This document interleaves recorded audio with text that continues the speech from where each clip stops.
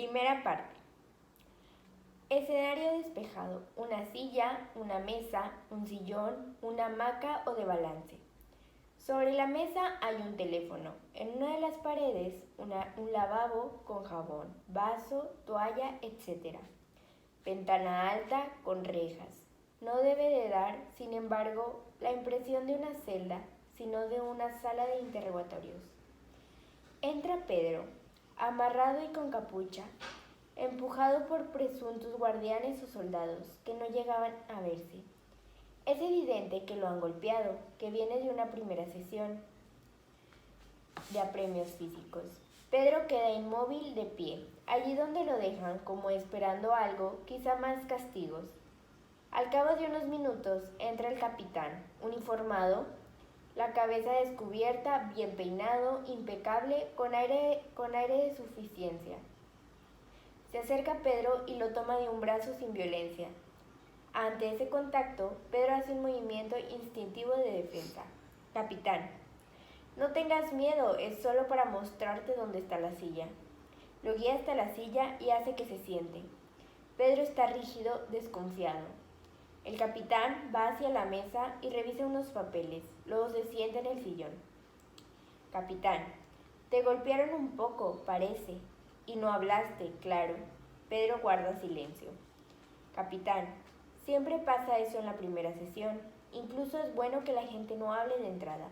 Yo tampoco hablaría en la primera. Después de todo, no es tan difícil aguantar unas trompadas y ayuda a que uno se sienta bien. ¿Verdad que te sientes bien por no haber hablado? Silencio de Pedro. Capitán, luego la cosa cambia porque los castigos van siendo progresivamente más duros y al final todos hablan. Para serte franco, el único silencio que yo justifico es el de la primera sesión. Después es masoquismo. La cuenta que tienes que sacar es si vas a hablar cuando te rompan los dientes, o cuando te arranquen las uñas, o cuando vomites.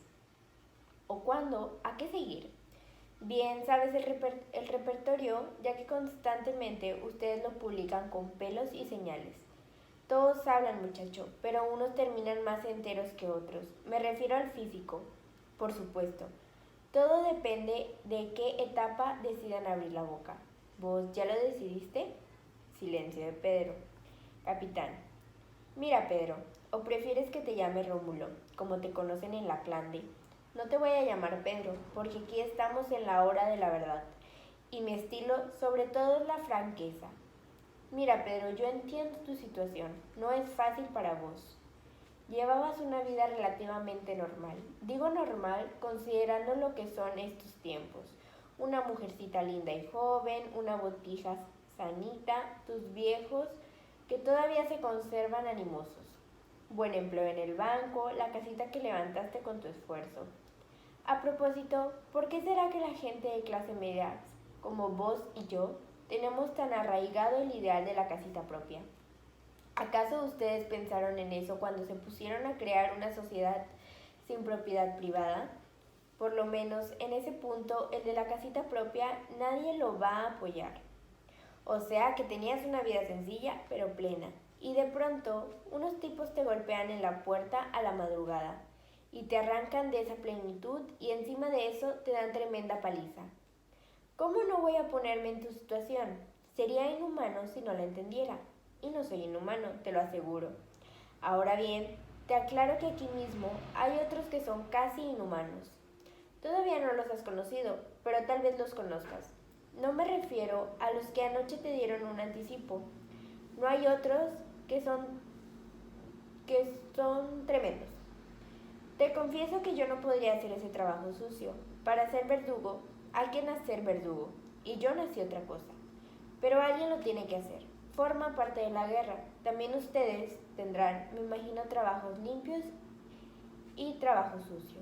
¿Es así o no es así? Yo seré flojo, puede ser, pero prefiero las faenas limpias, como está de ahora, sentarme aquí a charlar contigo y no recurrir al golpe, ni al submarino ni al pantalón, sino al razonamiento. Mi especialidad no es la picana, sino el argumento. La picana puede ser manejada por cualquiera, pero para manejar el argumento hay que tener otro nivel, ¿de acuerdo? Por eso yo también gano un poco más que los muchachos eléctricos. Se da un golpe en la frente como sorprendido por su hallazgo verbal. Los muchachos eléctricos, ¿qué te parece? Como a nadie se le ocurrió antes llamarlos así. Esta noche en el casino se lo cuento al coronel. Él tiene sentido del humor, le va a gustar. Mira, Pedro, ¿a qué es que sigue inmóvil y callado?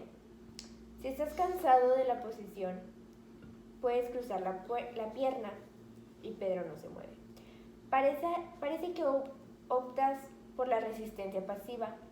El flaco Gandhi sabía mucho de eso, pero una cosa eran los hindúes contra los ingleses y otra muy distinta son ustedes contra nosotros. La resistencia pasiva hoy en día no resuelve nada. Es como te diré, anacrónica. Desde que los yanquis, ¿viste que digo yanquis igual que ustedes? Impusieron su estilo tan eficaz de represión, la resistencia pasiva se fue al carajo. Ahora la cosa es a muerte. Por eso yo creo que aún en esta primera etapa no te conviene empecinarte. Fíjate que ni siquiera me contestas cuando te pregunto algo. Eso no está bien, porque como habrás observado, yo no estoy aquí para maltratarte, sino sencillamente para hablar contigo. Vamos a ver, ¿por qué ese mutismo? ¿Será un silencio despreciativo? Pongamos que sí. Aquí en esta guerra todos nos despreciamos un poco.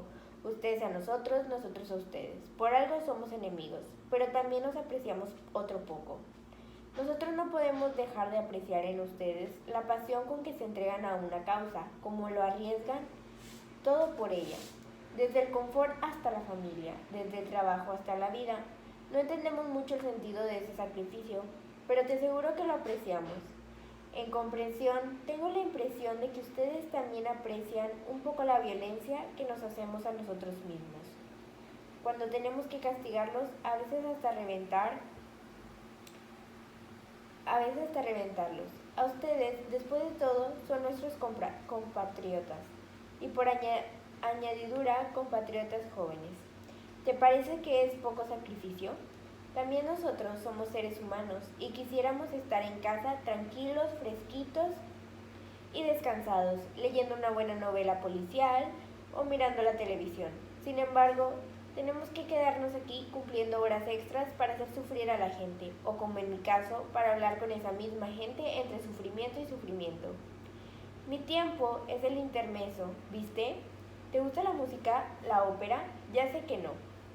Pero lo que quería decirte es que sospecho que ustedes aprecian, no sé si consciente o inconsciente, la pasión que nosotros, por nuestra parte, también ponemos en nuestro trabajo. ¿Es así? Decime un poco. A vos no tengo que explicarte las reglas del juego. Las sabes bien y hasta tengo entendido que reciben cursillos para enfrentar situaciones como esta que vivís ahora. ¿O no sabes que entre nosotros hay interrogadores malos, casi bestiales?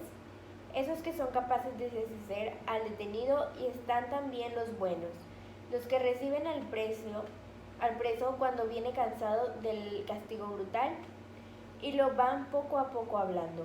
Lo sabes, ¿verdad? Entonces, te habrás dado cuenta de que yo soy el bueno. Así que, de algún modo, me tienes que aprovechar.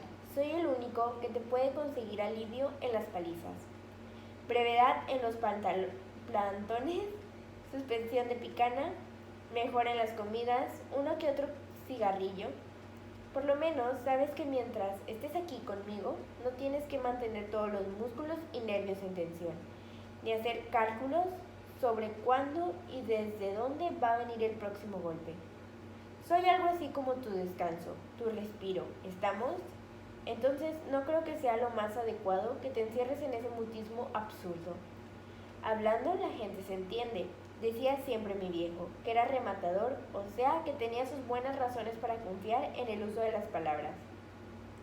Te digo esto para que te hagas una composición del lugar y no te excedas en tus derechos. Si no quieres que yo me exceda de mis deberes, puedo respetar el derecho que tienes a callarte la boca, aquí, frente a mí, que no pienso tocarte. Pero quiero que sepas que no estoy dispuesto a representar el papel de estúpido dándote mi perorata. Y vos ahí, callado como un tronco. Tampoco esperes imposibles del parte del bueno.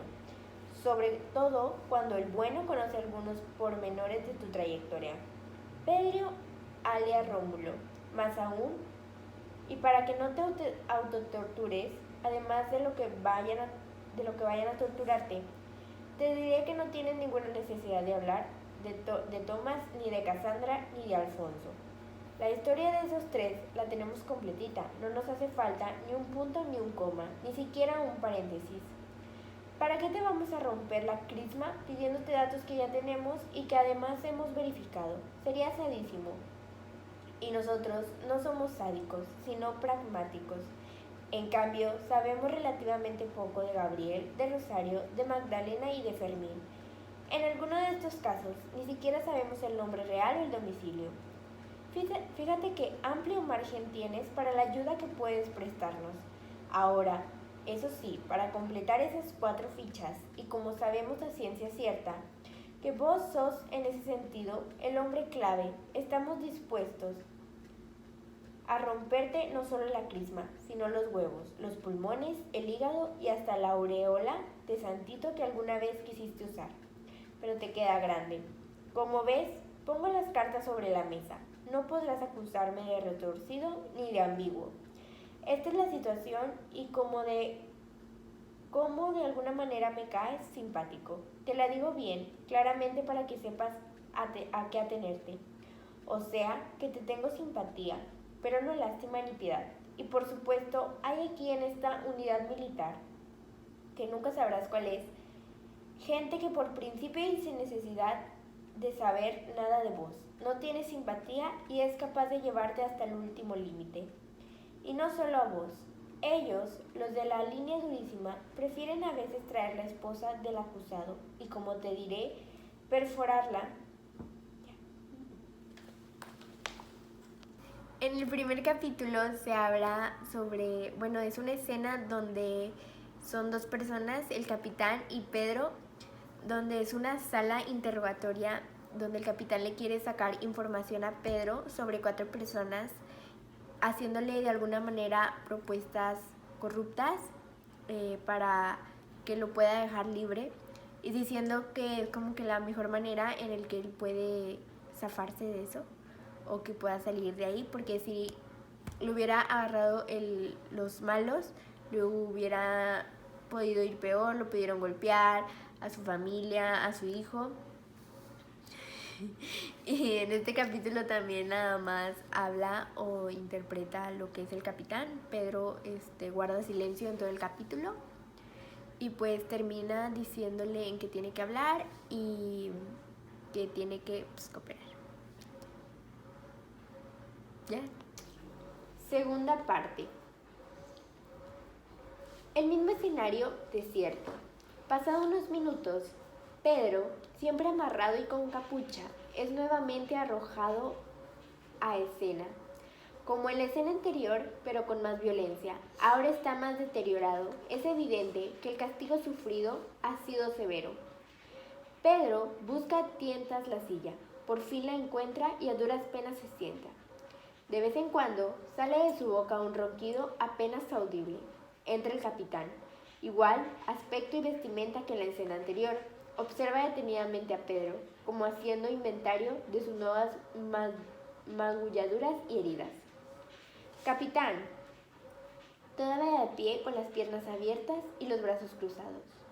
¿Viste? Ya empezó el crescendo. No podrás decir que no te lo advertí.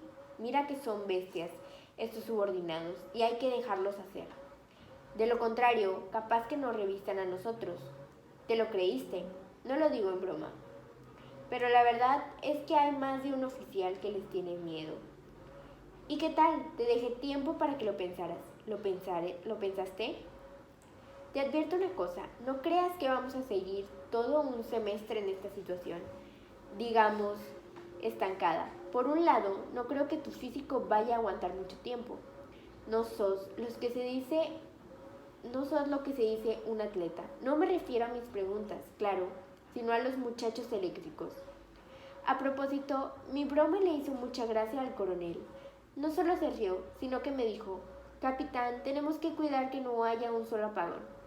El chiste no es bueno, pero me reí. ¿Qué iba a hacer? ¿Qué te estaba diciendo? Ah, sí, que estábamos estancados. Por mi parte quiero salir de este estancamiento. Me imagino que vos también. Por eso he decidido introducir un elemento nuevo en la situación. ¿No te pica la curiosidad? ¿Qué será? ¿Un testigo? ¿Alguien que ya te delató? No, nada de eso. El nuevo elemento van a ser tus ojos. Quiero que veas y que yo pueda ver cómo ves. Se acerca Pedro y de un tirón le quita la capucha. Pedro tiene la cara con heridas y las huellas de golpes. Abre y cierra varias veces los ojos encandilados.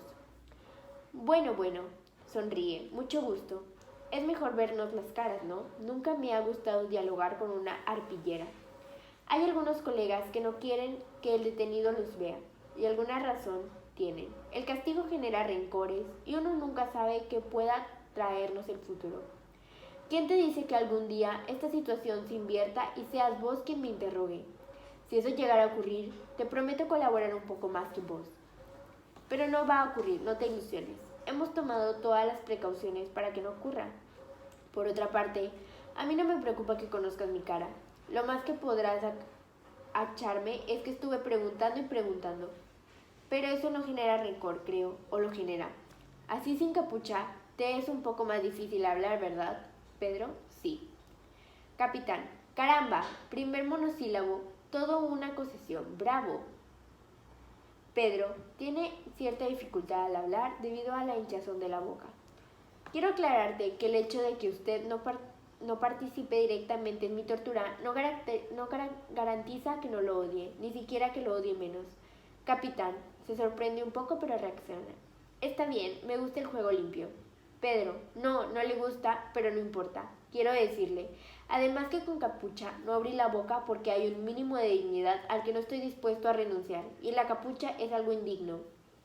Capitán, eso del odio, ¿por qué lo dijiste? Pedro, ¿por qué lo dije? Capitán, sí, puedo comprender que lo sientas. En cambio, no puedo comprender que me lo digas así, descaradamente. Aquí soy yo el que está arriba y vos sos el que está abajo. ¿O te olvidaste? Pedro, no me olvidé. Capitán, y mostrar odio genera odio. Pedro, claro. Capitán, te advierto que no voy a entrar en ese juego. Soy cristiano, pero no acostumbro a poner la otra mejilla. Pedro, por supuesto, el que las pongo soy yo, y mire cómo las tengo, las mejillas y la espalda y las piernas y las uñas. Capitán, y mañana los huevos. Pedro, si usted lo dice. Capitán, lo digo, lo ordeno y otros lo cumplen. ¿Qué te parece? De todas maneras, te aconsejo que no me provoques. Soy de pocas pulgas, ¿sabes? Pedro, lo sé, quizás yo sepa más de usted que usted de mí. Capitán, con ironía. No me digas. Pedro, sí le digo, en su afán de extraerme lo que sé y lo que no sé. Usted no advierte que se va mostrando tal cual es. Capitán, ¿y cómo soy? Pedro, va. Capitán, me parece que te pregunté cómo soy. Pedro, sí, ya sé, pero es absurdo. Me mete en cana, hace que me revienten y encima exige que le sirva de analista. Eso no.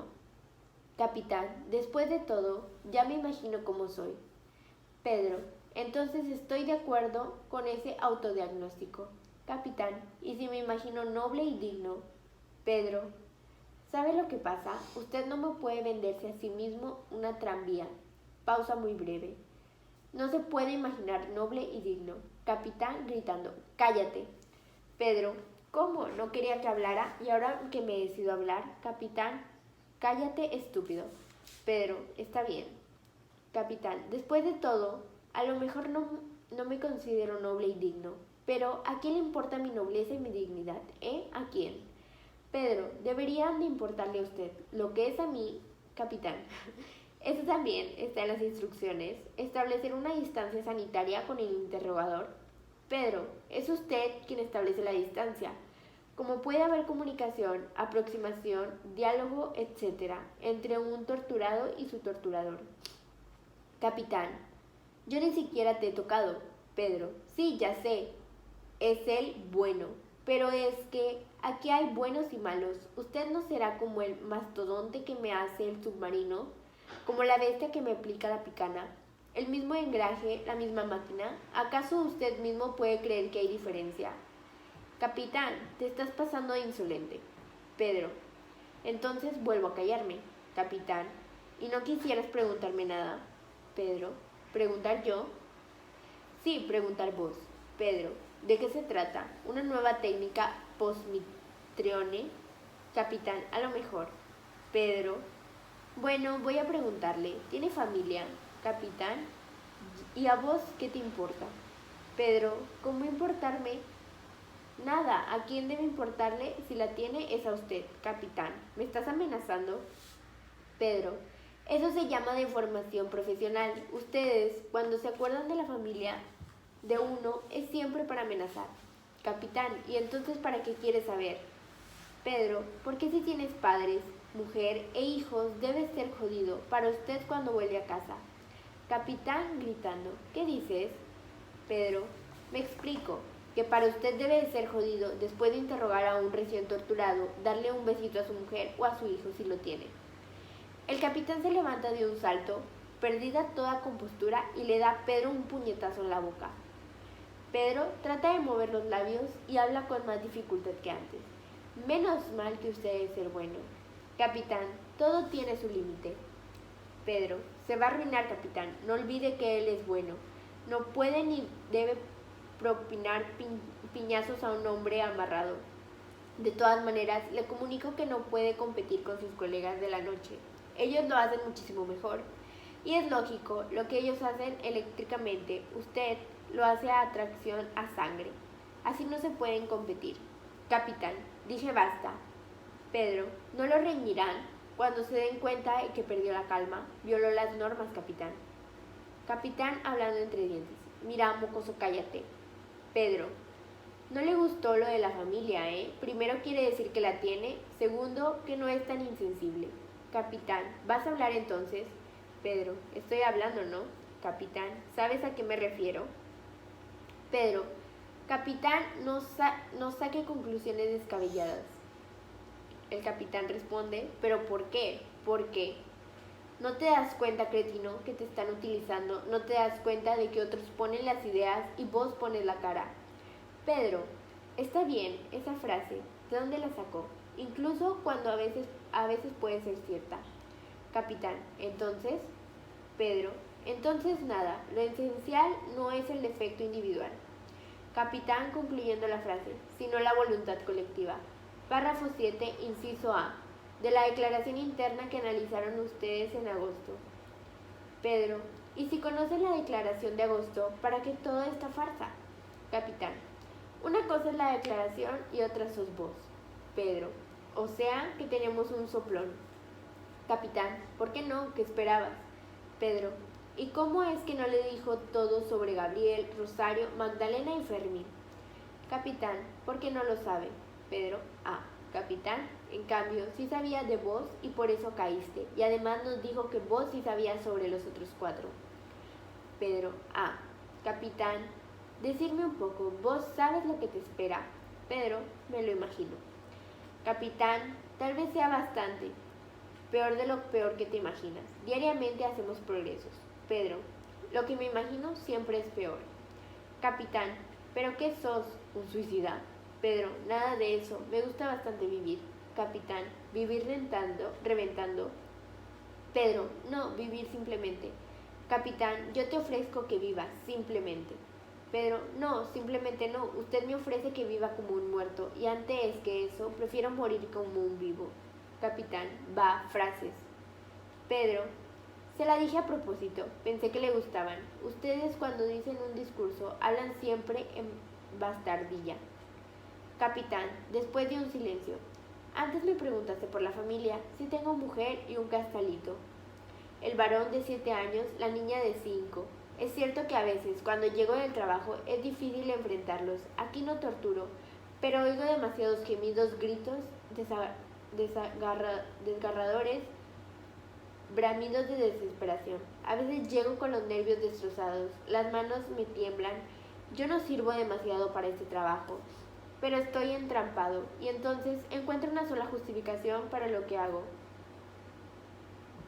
Lograr que el detenido hable, conseguir que nos dé la información que precisamos.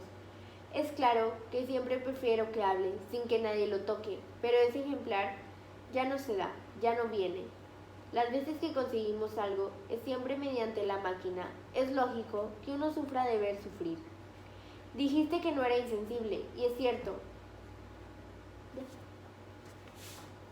En esta segunda parte, este segundo capítulo, lo que pasa es que Pedro al principio de esto se retira su capucha y comienza a hablar molestando o provocando a lo que es el capitán.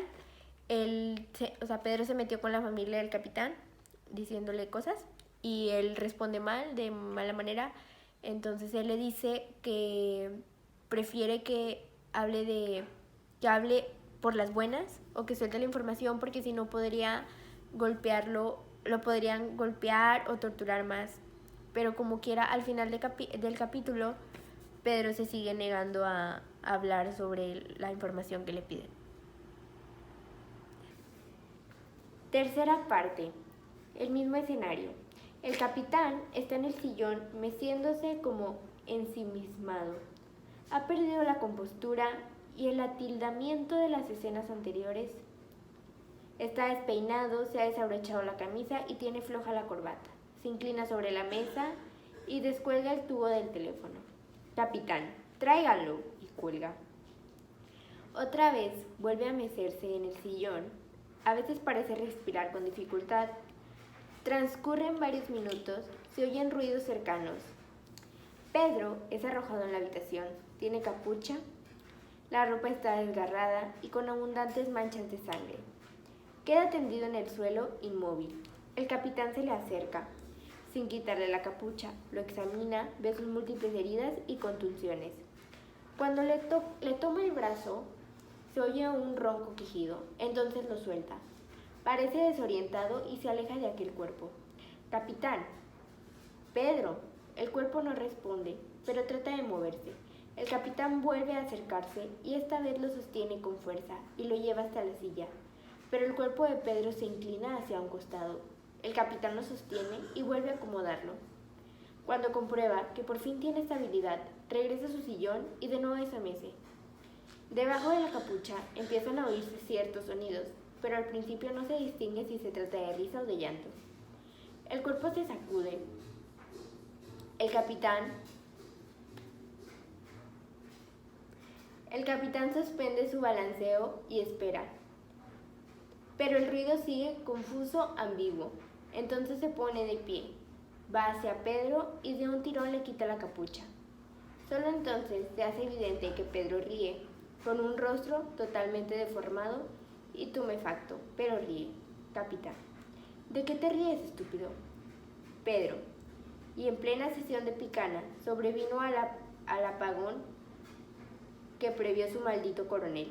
Y pobres los mastodontes, no sabían qué hacer, porque sin corriente no son nada, y estaba aquella muchacha con la picana en la vagina. Y cuando vino el apagón, no sé cómo les pudo dar una patada, y el bestia prendió un fósforo, pero la picana no marcha a fósforos. Pedro dará la impresión de algo que delira, o quizá de alguien que simula estar delirando. Es importante que se mantenga esta ambigüedad. Quedaba la pileta, claro, con su agüita de mierda y sus oretes bollando, pero es difícil hacerlo a oscuras. La pileta no es eléctrica, claro, pero a veces le dan su correntina. Y no es confortable hacerlo en mitad de un apagón. A oscuras no puede saberse cuándo el tipo no da más. El doctor precisa buena iluminación para diagnosticar la proximidad del paro cardíaco. Así hubo de suspender la sesión. Capitán. Pedro, me llamo Rómulo. Capitán. No, te llamas Pedro. Pedro. A lo sumo Rómulo, alias Pedro. Capitán. No me confundas. Pedro, alias Rómulo. Pedro. Nada. Capitán. ¿Qué? Pedro. Nada. No tengo nombre ni alias. Nada. Capitán. Pedro. Pedro, nada. Nada es mi apellido paterno. ¿No lo sabía, capitán? Se lo estoy revelando en este preciso instante. ¿No llama al taquígrafo? Es una declaración importante. ¿O tiene puesto el grabador? Pedro nada, y mi apellido materno es más, o sea, completito. Pedro nada más. Ríe dificultadosamente. Capitán. ¿Qué te pasa? Pedro, ¿cómo pasarme? Pasarme nada, importante. Estoy en la muerte y chao. Pero a esta altura la muerte no me importa. Capitán, estás vivo y puedes estar más vivo aún. Pedro, se equivoca, capitán. Estoy muerto. Estamos como quien dice en mi velorio. Capitán, no te hagas el delirante. Conmigo no va este teatro. Pedro, no es teatro, capitán. Estoy muerto. No sabe qué tranquilidad me vino cuando supe que estaba muerto. Por eso ahora no me importa que me apliquen electricidad o me sumergen en la mierda o me tengan de Platón. No me revienten los huevos, no me importa porque estoy muerto y eso da una gran serenidad y hasta una gran alegría. ¿No ve que estoy contento? Capitán, sos el primer muerto que habla como un loro. Pedro, muy bien, capitán, excelente, se dio cuenta de la contradicción. Se está enterando para la dialéctica, ¿eh? Estoy muerto y hablo como un loro. Bravo, capitán. ¿Quién hubiera dicho que iba a llegar a tan brillante conclusión? Bravísimo. Pido que constante en la grabación mi voluntad de aplaudir, no mis aplausos. Claro, porque estoy amarrado. Le doy una explicación. Quiero decir que estoy técnicamente muerto, pero todavía funciono como cuerpo. Es decir, hago pichi, me hago caca. No diría que erupto porque porque me matan a hambre. No tengo prácticamente nada para eructar. Ahora bien, digo que estoy técnicamente muerto porque no me van a extraer ni un solo numerito de teléfono, ni siquiera el número de mi camisa. Y en consecuencia, me van a seguir dando y dando. Y ese cuerpito frágil ya aguanta poco más, muy poco más. Como usted bien observó, capitán, no soy un atleta. Y como me van a seguir dando y dando, bueno, por eso estoy muerto, técnicamente muerto. ¿Entendió, capitán? No sabe qué tranquilidad me vino cuando me di cuenta. Todo cambió. Por ejemplo, a usted le tenía odio y se lo dije. Y en cambio, dado que estoy muerto, ahora le tengo lástima. Siento que por primera vez le saqué una ventaja considerable, casi diría inconmensurable. Capitán, no estés tan seguro.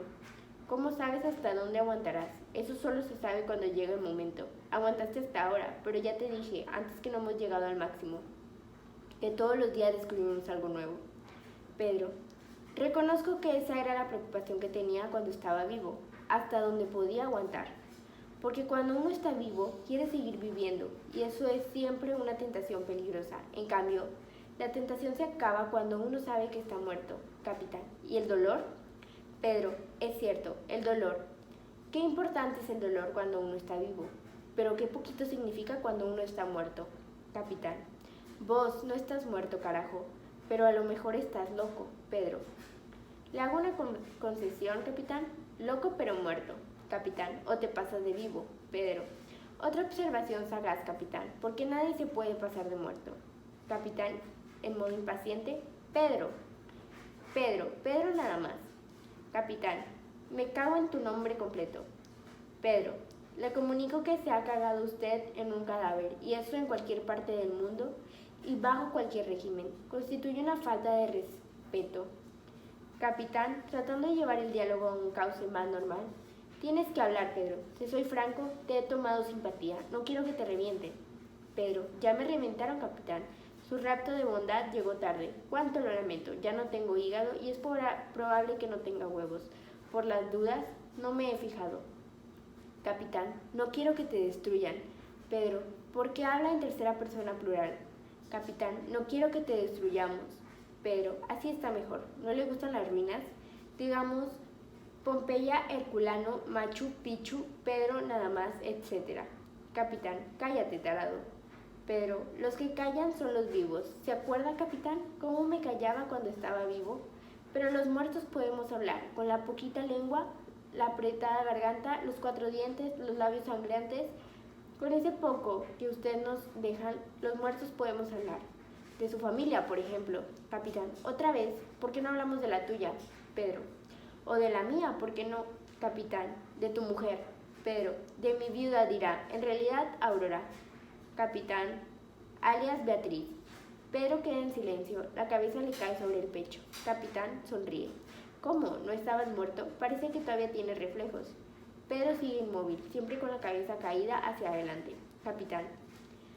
Aurora, alias Beatriz, ¿no te había dicho que todos los días ponemos cartas sobre la mesa? Pedro va de poco a poco levantando la cabeza, pero ahora su mirada está como perdida en algún punto lejano.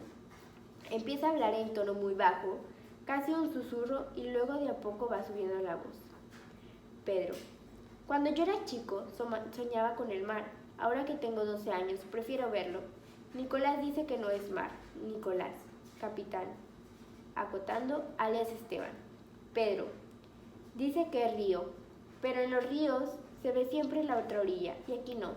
Y además no son salados, y este es salado, así que yo lo llamo mar. Lo llamo mar y cuando lo llamo hundo los pies en la arena, y la arena se mete entre mis dedos, me hace cosquillas. Capitán: como contagio por Pedro, él también se transfigura. Uno y otro van hablando alternativamente sin dialogar. En realidad solo son dos monólogos cruzados. Yo tenía que darle una rosa. No sé por qué, pero tenía. Ella venía con su madre y su prima. Ella venía y yo le miraba. Pero yo tenía por qué darle una rosa. Y una tarde la robé del jardín de la embajada y el policía me corrió y dijo: botija de mierda. Y me corrió. Pero yo corrí más y me vino asma. Pero cuando llegué al parque, cuando llegué a la fuente, ya me había pasado el asma. Aunque igual me saltaba el corazón y entonces me acerqué y le di la rosa. Y ella primero me miró, sorprendida. Luego pestañeó y enseguida arrojó la rosa al agua de la fuente. Pedro: yo quería ser vagabundo y a los 13 me fui de casa y caminé toda la mañana y me sentía eufórico, libre y feliz. Y como tenía en el bolsillo un vuelto que era de mamá, a la melodía me compré 2 especiales de jamón y queso y una malta. Y a la tarde, debido al sol tan fuerte, me quedé dormido en un banco de la plaza.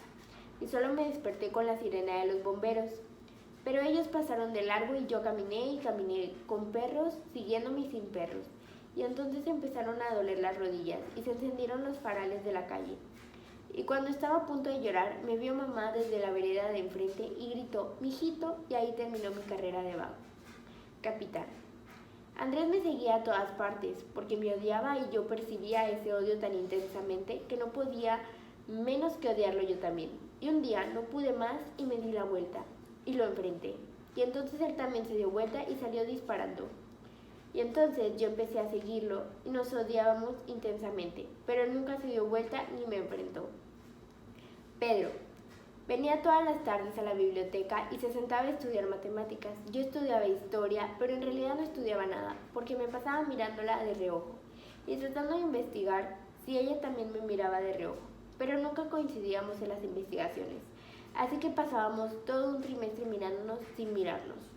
Hasta que una tarde, Aurora, capitán, alias Beatriz, aunque el capitán lo dijo mecánicamente, es como si se rompiera un sortilegio. Pedro: está bien, usted lo sabe todo, capitán, pero eso no va a impedir que yo esté muerto. Y también sé algo más, por ejemplo, que ustedes saben que ella no sabe, pero imaginan que yo sé. En esta cuarta parte, lo que se habla en la historia es que, bueno, Pedro fue torturado y comenzó a delirar y él comenzó a decir que estaba muerto. Entonces, el capitán y Pedro comenzaron a recordar cosas de su pasado y se las empezaron como a decir en 2 monólogos distintos. Al final del capítulo, pues el capitán espera que Pedro comprenda lo que él le quiso decir o que lo comprendiera él por qué debía hablar, pero Pedro aún así, él sigue negándose y pues él dice que no, o sea, él no va a hablar nada. Cuarta parte. En el mismo escenario, sobre el piso está Pedro, o por lo menos el cuerpo de Pedro, inmóvil con capucha. Al cabo de un rato, empiezan a oírse quejidos muy débiles. Entra el capitán, sin chaqueta y sin corbata, sudoroso y despeinado. Capitán: ah, lo trajeron antes de tiempo. Pedro: vamos, Pedro, tenemos que trabajar. Va hacia el lavabo, moja la toalla, la exprime un poco y se acerca al cuerpo tendido. Se inclina sobre él, le quita la capucha y queda evidentemente impresionado ante el calamitoso estado del rostro de Pedro. Se sobrepone, sin embargo, y empieza a limpiarle las heridas de la cara con la toalla, un poco húmedo, lentamente. Pedro empieza a moverse. Pedro: ah. Capitán: ¿qué pasa? ¿Se siente mejor? Pedro: ah. Capitán: ¿Pedro me reconoce? Pedro balbuceando: desgraciadamente sí. El capitán ayuda a Pedro a instalarse en la silla, pero el preso no puede sostenerse. Esta vez sí lo han destruido. El capitán se quita su cinturón y con él sujeta a Pedro al respaldo de la silla a fin de que no se derrumbe. De poco a poco, Pedro se va reanimando, pero visiblemente está acabado. De todos modos, siempre habrá una contradicción entre la relativa vitalidad que aún muestra su rostro y el derrengado aspecto de su físico. Pedro, así que el capitán, claro, como le dieron esta vez, lo reventaron. Pedro, qué barbaridad. Pedro, menos mal que ya estaba muerto. Capitán, ¿no le parece que ha llegado el momento de aflojar? Ya se portó como un héroe. ¿Quién va a ser tan inhumano para reprocharle que ahora hable? Pedro, capitán. Capitán, ¿qué? Pedro, vos nunca hablas a solas. Capitán, puede ser alguna vez. Pedro, yo sí hablo a solas. Capitán, ¿y eso qué? Pedro, hablo a solas porque hace 3 meses que estoy incomunicado. Capitán, ¿cómo? Habla conmigo. Pedro, esto no es hablar. Capitán, ¿y qué es? Pedro, mierda, eso es. Hablo a solas porque tengo miedo de olvidarme de cómo se habla. Capitán, pero habla conmigo. Pedro, no me refiero a hablar con el enemigo, me refiero a hablar con un compañero, con un hermano. Capitán, Pedro, capitán, ¿qué pasa ahora? Pedro, ¿no sentís que a veces flotas en el aire? Capitán, francamente no. Pedro, claro, no estás muerto. Capitán, y usted tampoco, aunque esté haciendo notables méritos para estarlo. Pedro, pues yo a veces floto, y es lindo flotar, entonces voy hasta la costa. Capitán, no va a nada, ni la costa ni a ninguna parte, está enterrado aquí. Pedro, eso es, enterrado, claro, porque estoy muerto, pero cuando floto voy a la costa, es claro que no voy todos los días. Hay veces que no tengo ganas de ir, ayer tuve ganas y fui, hace años, cuando iba a la costa, no flotando, sino caminando. Siempre veía parejitas de enamorados, pero ahora ya no están. Ahora están peleando contra ustedes. Ahora están presos o escondidos en el exilio. ¿Cómo se llama tu esposa, capitán? Capitán, ¿qué le importa? Pedro, ¿ves? Te di la oportunidad de que me elogieras buenamente, pero yo sé que se llama Inés. Capitán sorprendido. ¿Y eso de dónde lo sacó? Pedro, ya te dije que yo sé más que vos de mí. Inés, pero no te preocupes. También sé que no tiene alias, salvo que vos la llamas Beba. Pero no es un nombre clandestino. Qué suerte, ¿verdad? Hoy en día no es bueno tener nombres clandestinos. Capitán, ¿a dónde quieres llegar? Pedro, a mi muerte, capitán, a mi muerte. Capitán, ¿qué gana con no hablar? ¿Que lo revienten? Pedro, o que me dejen de reventar. Capitán, no se haga ilusiones, no lo van a dejar. Pedro, si me muero, me dejan, y me muero. Capitán, pero es largo morirse así. Pedro, no tanto, si uno ayuda, si uno colabora. Capitán, ¿está dispuesto a colaborar? Pedro, estoy dispuesto a ayudar a morirme. También estoy dispuesto a ayudar a que Inés te quiera. Capitán, no se preocupe de eso, ella me quiere. Pedro, sí, hasta hoy, porque no sabe exactamente en qué consiste tu trabajo. Capitán, quizás se lo imagine. Pedro, no se lo imagina. Si ella se lo imaginara, ya te hubiera dejado. Ella no es mala. Capitán, no es mala. Pedro, y también quiero ayudarte a que tus hijos, el Casalito, no te odien. Capitán, mis hijos no me odian. Pedro, todavía no, claro, pero ya te odiarán. ¿Acaso no van a la escuela? Capitán, solo el varón. Pedro, pero la niña irá más adelante y los compañeritos y compañeritas informarán a uno y a otro sobre quién sos. Es la primera gresca que se arme, ya lo sabrán, es lógico, y a partir de esa revelación empezarán a odiarte y nunca te perdonarán. Nunca los recuperarás, nunca sabrás si y se desmaya. Al comienzo, el capitán no se le acerca, lo mira sin mirarlo, ensimismado. Luego se vacía el lavabo, llena un vaso con agua, se enfrenta a Pedro y le arroja el agua en la cara. De poco a poco, Pedro recupera el sentido. Capitán, no se haga ilusiones, no se murió todavía, seguimos aquí, frente a frente. Pedro, sí, hablo de Inés y el Casalito. Capitán, basta de eso. Pedro, capitán, ¿por qué no me matas? Capitán, usted está loco y quiere enloquecerme. Pedro, ¿por qué no me matas, capitán? Será en defensa propia, te lo prometo. Además quise huir. La ley de la fuga, ¿te acordás? Coraje, capitán. Tienes la oportunidad de hacer la buena acción de cada día. Capitán, ¿qué locuaz estás hoy? Pedro, me desquito un poco después de tanta mudez. Además, vos sos el interlocutor leal, capitán. ¿Yo? Pedro, sí, porque tienes mala conciencia y está muy estimulante saber que el enemigo tiene mala conciencia. Porque todo eso que dijiste, de que vos no naciste verdugo, todo eso es cuento chino. Vos trabajaste de malo y bastante tiempo en un pasado no tan lejano. Te conocemos, capitán, o sea que tienen que hacer para más espesas las capuchas. Siempre hay alguien que ve a alguien, y yo, por ejemplo, no me limito a conocer el nombre de tu mujer, también sé el tuyo y tu alias. Capitán, está loco, yo no tengo alias. Pedro, sí que tienes, solo que tu alias no es un nombre, sino un grado. Tu alias es el grado de capitán, y vos sos coronel. Sos coronel, capitán, así que una de dos, o nos tratamos de Rómulo a capitán, o nos tratamos de coronel a Pedro. ¿Qué te parece, capitán? Coronel, capitán, ¿sabe una cosa? Usted es más cruel que yo. Pedro, ¿por qué? Porque te aplico el mismo tratamiento, no es para tanto. Además, vos tienes todavía el poder, la picana, la pileta con mierda, el Platón. Yo no tengo nada, salvo mi negativa. Capitán, ¿le parece poco? Pedro, no, no me parece poco, pero con mi negativa, capitán, fanática. Eso es, con mi negativa fanática desaparezco, dejo el campo libre, mejor dicho, el campo santo libre. El capitán está como vencido, también Pedro está terriblemente fatigado. Por fin el capitán levanta la mirada y habla como transfigurado. Capitán, no, Pedro, usted no es el cruel. Le pido excusas y ya que no es cruel, va a comprender. Usted dice que quiere que yo salve el amor de mi mujer y de mis hijos. Sin atender a lo que dice el capitán, Pedro comienza a hablar y lo hace sin mayor conciencia del contorno. Pedro, de verdad nunca hablaste a solas, capitán. Ahora estoy aquí contigo, pero igual voy a hablar a solas. De paso aprendes cómo se habla en tales condiciones. Toma nota, capitán. Este es un ensayo de cómo se habla a solas. Mira, Aurora. Capitán, alias Beatriz. Mira, Aurora, estoy jodido y sé que vos estés donde estés. También estás jodida, pero yo estoy muerto y vos, en cambio, estás viva. Aguanto todo, menos una cosa, no tener tu mano. Es lo más que extraño. Tu mano suave, larga, tus dedos finos y sensibles. Creo que es lo único que todavía me vincula a la vida. Sin antes de irme del todo, me consideran una sola merced. Pediría eso, tener tu mano, durante 3, 5, 8 minutos. La pasamos bien, Aurora. Capitán, con la garganta apretada, alias Beatriz.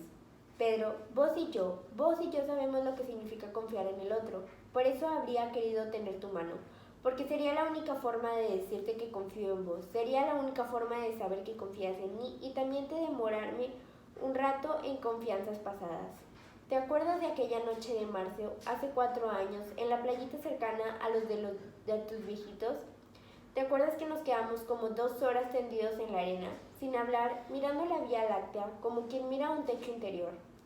Recuerdo que de pronto empecé a mover mi mano sobre la arena, hacia vos, sin mirarte, y de pronto me encontré con que tu mano venía hacia mí, y a la mitad del camino se encontraron.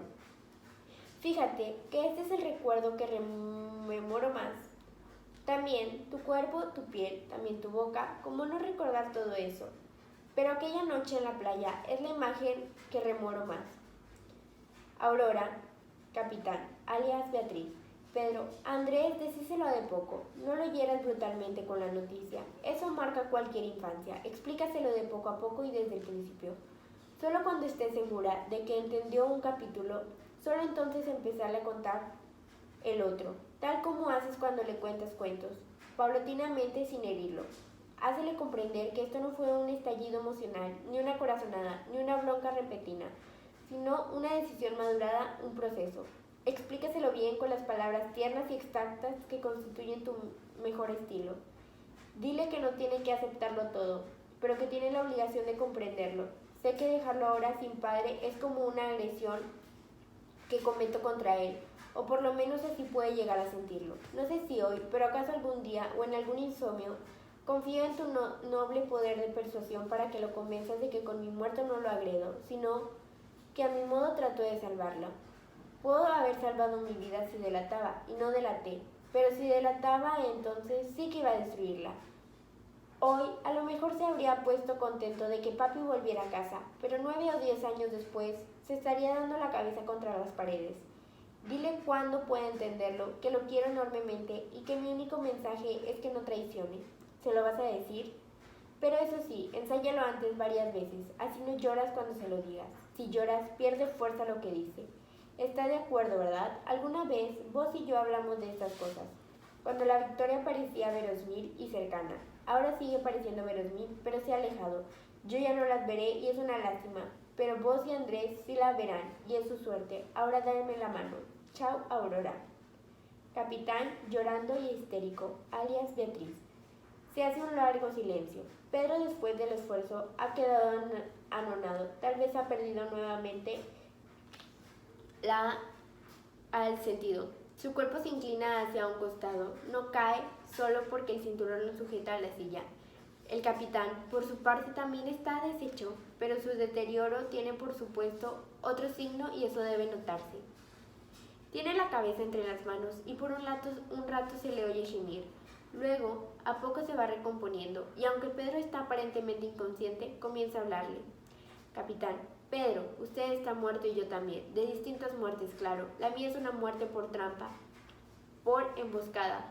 Casi en la emboscada y ya no hay posible retroceso. Estoy entrampado. Si yo le dijera que no puedo abandonar esto, usted me daría que es natural. Porque sería abandonar el confort, los 2 autos, etc. Y no es así. Todo esto lo dejaría sin remordimientos. En este cuarto capítulo se habla sobre que ya Pedro está muy torturado, entonces él se encuentra en las últimas. Él sigue diciendo que está muerto y el capitán sigue exigiendo a Pedro que hable y que diga su información, la que ocupan, y Pedro sigue negándose. Él ya casi en su último minuto, él comienza a decir que él habla solo y le empieza a preguntar al capitán que si él nunca había hablado solo. Y él le pone el ejemplo y lo hace despidiéndose de su familia, de su esposa, alias Beatriz. Entonces él le comienza a decir como todo lo que le gustaba de ella, a su esposa, y cómo se lo explique a su hijo de su muerte y que lo disculpe, pero pues que él está orgulloso que hasta su último momento decir que no, o sea, él siempre se negó a dar la información que le pedían. Y pues al final de todo esto el capitán se arrepiente de todo lo malo que ha hecho y le pide a Pedro en súplicas que por favor diga la información que le pide para que pues el mínimo tenga como una justificación del por qué su familia lo odie. Y pues Pedro hasta el final de su muerte él siguió negándose y nunca dio la información que le pidió desde un principio.